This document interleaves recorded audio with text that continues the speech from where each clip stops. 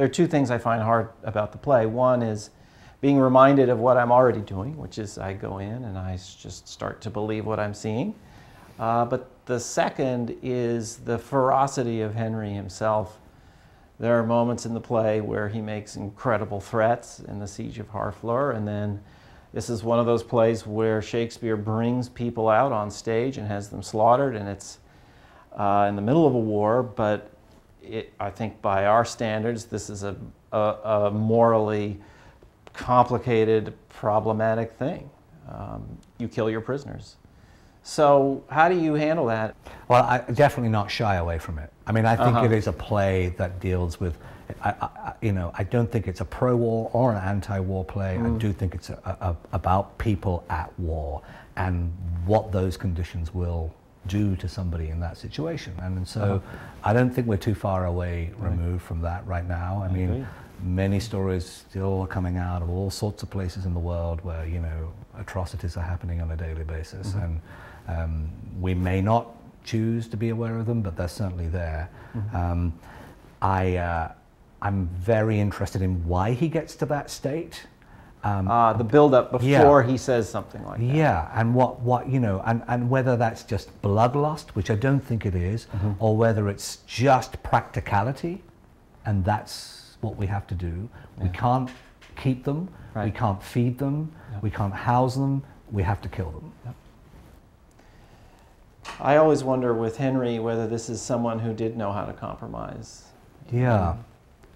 Because many of the things he says point out that he is able to just say no to compromise and keep on doing what he's doing.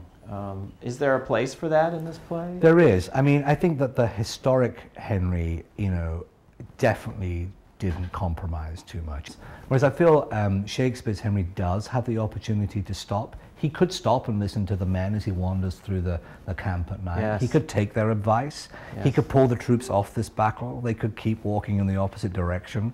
But there's something about what he has to do that he can't do that. But he has a conscience. And there's a big, long prayer, you know, in which he really kind of asks God for guidance and that hopes that he's doing the right thing. Yeah, and there are even debates around the time Shakespeare's writing the plays about whether it is okay to massacre your opponent.